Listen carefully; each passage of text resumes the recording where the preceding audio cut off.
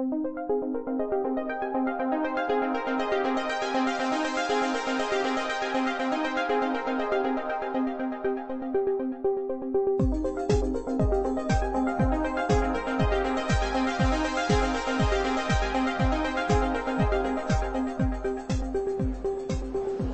Roberto, ¿y cuál es el objetivo de este taller sobre el abordaje integral del paciente alérgico? Bueno, el objetivo es, de algún modo, dar a conocer otras posibilidades terapéuticas, además de la medicina convencional, en el tratamiento de las enfermedades alérgicas. Por supuesto, incidir en la importancia que tiene esta patología, que cada vez vemos más pacientes y que esto además es a escala mundial. Hay una serie de factores como la contaminación atmosférica, el cambio climático, que está influyendo en que cada vez haya más tipos de alergias. Estos pacientes, lógicamente, acuden en primera instancia al médico de atención primaria, que ya de por sí tiene sobrecargada su consulta, y aquí la homeopatía, además del tratamiento convencional, puede ser una ayuda inestimable si pensamos que además el paciente puede tardar meses en acceder a servicios especializados por las listas de espera. Estamos en Semergen, usted como experto en alergología, experto en homeopatía, hablando a los médicos de atención primaria, pero en el último congreso de la Sociedad Española de Alergología y Inmunología Clínica se habló del polen y se dijo que el polen era el gran causante de la mayoría de alergias. ¿Realmente qué casuística ven ustedes con respecto al polen como causante de alergias? Sí, aproximadamente en España hay un 23% de pacientes alérgicos con patología respiratoria del tipo rinoconjuntivitis y asma, y son los pólenes los más frecuentemente implicados en este tipo de enfermedad. Y además hay zonas de España donde la polinización es tan prolongada, como por ejemplo en el área de Levante, que hay parietaria, que eso poliniza de febrero a octubre, con lo cual el paciente tiene una enfermedad perenne todo el año. Entonces, efectivamente, el polen a escala mundial y particularmente en nuestro país ha cobrado gran relevancia en los últimos años, y además los elevados niveles de polución atmosférica hacen que el polen se comporte mucho más agresivo, y esas mucosas ya inflamadas por la contaminación y a su vez esos pólenes que se hacen más agresivos a nivel inmunológico por la presencia de polutantes ambientales, pues crean epidemias de una patología explosiva, sobre todo en los meses de primavera. Con lo cual ya no podemos hablar que la alergia y la primavera están muy relacionadas, sino que alergias durante los 12 meses del año. Claro, efectivamente. De hecho, ha cambiado el criterio de clasificación de la rinitis en rinitis estacional y rinitis perenne, ¿no? Porque ahora mismo hay rinitis persistentes. Hay personas que están todo el año con síntomas, que a lo mejor empiezan con la polinización de la arizónica en los meses de enero y febrero, llegamos a marzo y abril y viene el polen de plátano, en mayo y junio nos encontramos con el olivo y las gramíneas, e incluso en agosto y septiembre con pólenes de maleza. O sea, están enfermos todo el año.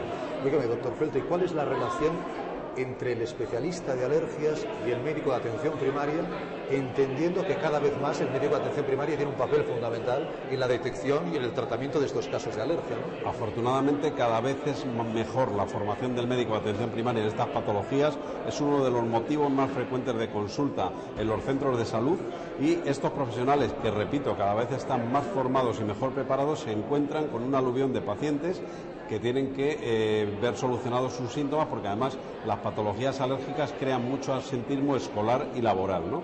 Afortunadamente disponemos hoy de medicamentos muy efectivos para estos pacientes, pero también los medicamentos homeopáticos pueden ser una ayuda inestimable, porque además estamos hablando de que algunos pacientes pueden tener, por ejemplo, sedación por los antihistamínicos o sequedad de boca, o pensemos en un enfermo que tiene patología de la próstata y al tomar antihistamínicos tiene dificultades en la micción. Estos pacientes se pueden ver aliviados de una manera importante por los medicamentos homeopáticos, y además estamos hablando de patologías que afectan a gente muy joven, niños, jóvenes, y ahí la ausencia de toxicidad de esos medicamentos hace que cobren más importancia en el tratamiento de estas afecciones. Incidiendo un poquito en eso de los medicamentos homeopáticos, ¿hay medicamentos para abordar todas las fases del proceso alérgico? Claro, es que efectivamente el proceso alérgico lo podríamos dividir en varias fases de forma muy esquemática, es decir, una fase donde el alergeno incide sobre la mucosa respiratoria, en el caso de la rinoconjuntivitis y el asma, y crea una inflamación. Bueno, pues podemos prevenir que ese alergeno haga ese efecto, es decir, podemos hacer tratamientos con preparados homeopáticos de polen, por ejemplo. Una vez que ya se ha desencadenado la reacción alérgica y se libera de nuestras células la consabida histamina, entonces, además de los antihistamínicos, nosotros podemos utilizar también otros medicamentos homeopáticos que actúan en esa fase donde a nivel de la inflamación que se produce por el desorden inmunológico hay una efectividad de esos tratamientos. Y por supuesto ya cuando se desencadenan los síntomas, o sea que podemos actuar con los medicamentos homeopáticos en la profilaxis, en la fase inflamatoria y en la fase sintomática.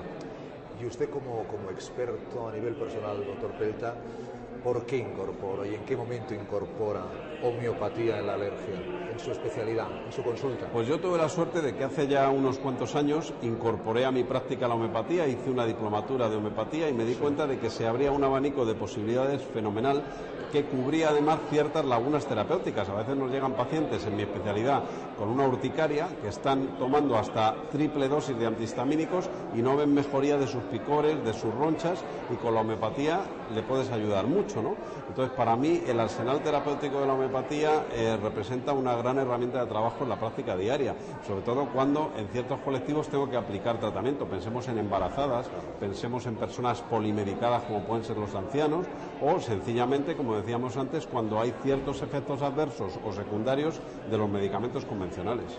¿Y cómo lo incorpora, doctor Pelta? Me gustaría que nos diera un ejemplo práctico de cómo podemos combinar el tratamiento, llamémosle convencional, con la homeopatía. Por ejemplo, una rinitis alérgica. ¿Cómo se combinan ambos tratamientos? Claro, los medicamentos más prescritos en medicina convencional para tratar la rinitis alérgica son los antihistamínicos, sí, y los corticoides tópicos, que se aplican bien en la nariz o bien por vía inhalatoria en el caso del asma. Pero hay pacientes que, a pesar de llegar a las dosis máximas, no se controlan. Ahí puedo añadir yo medicamentos homeopáticos. Yo, por ejemplo, dispongo de histamina homeopática, sí, que pueden hacer un efecto sinérgico con los medicamentos convencionales, es decir, no hay nada excluyente. No hay por qué decir a este paciente solo alopatía y a este paciente homeopatía. Puedo complementar ambas terapias y puedo hacer que con eso mi paciente mejore de sus síntomas. Pensemos que además se trata de patologías, sobre todo en el caso de la atención primaria, que nos puede ocupar en este congreso de Semergen, donde todavía ese paciente no ha llegado a atención especializada y ni tan siquiera sabemos a qué es alérgico. Pero lo que sí evidenciamos en la práctica diaria, que con la medicación convencional no es suficiente. Ahí puedo añadir la homeopatía. Termino incidiendo en esto que acaba de decir don Roberto. Efectivamente, no sabemos a qué es alérgico, ni tan siquiera si lo es. Las pruebas de alergia duran de 2 a 4 meses. Bueno, sobre todo hasta que llega el paciente, porque luego esas pruebas se pueden hacer en un día. A veces requieren más, a veces los pacientes con una piel muy sensible no les puedes hacer pruebas cutáneas, les tienes que pedir una analítica. Correcto. Si es un asmático hay que hacerle también pruebas de función respiratoria, una radiografía. O sea, el diagnóstico completo efectivamente nos puede llevar tiempo, ¿no? Y durante este proceso...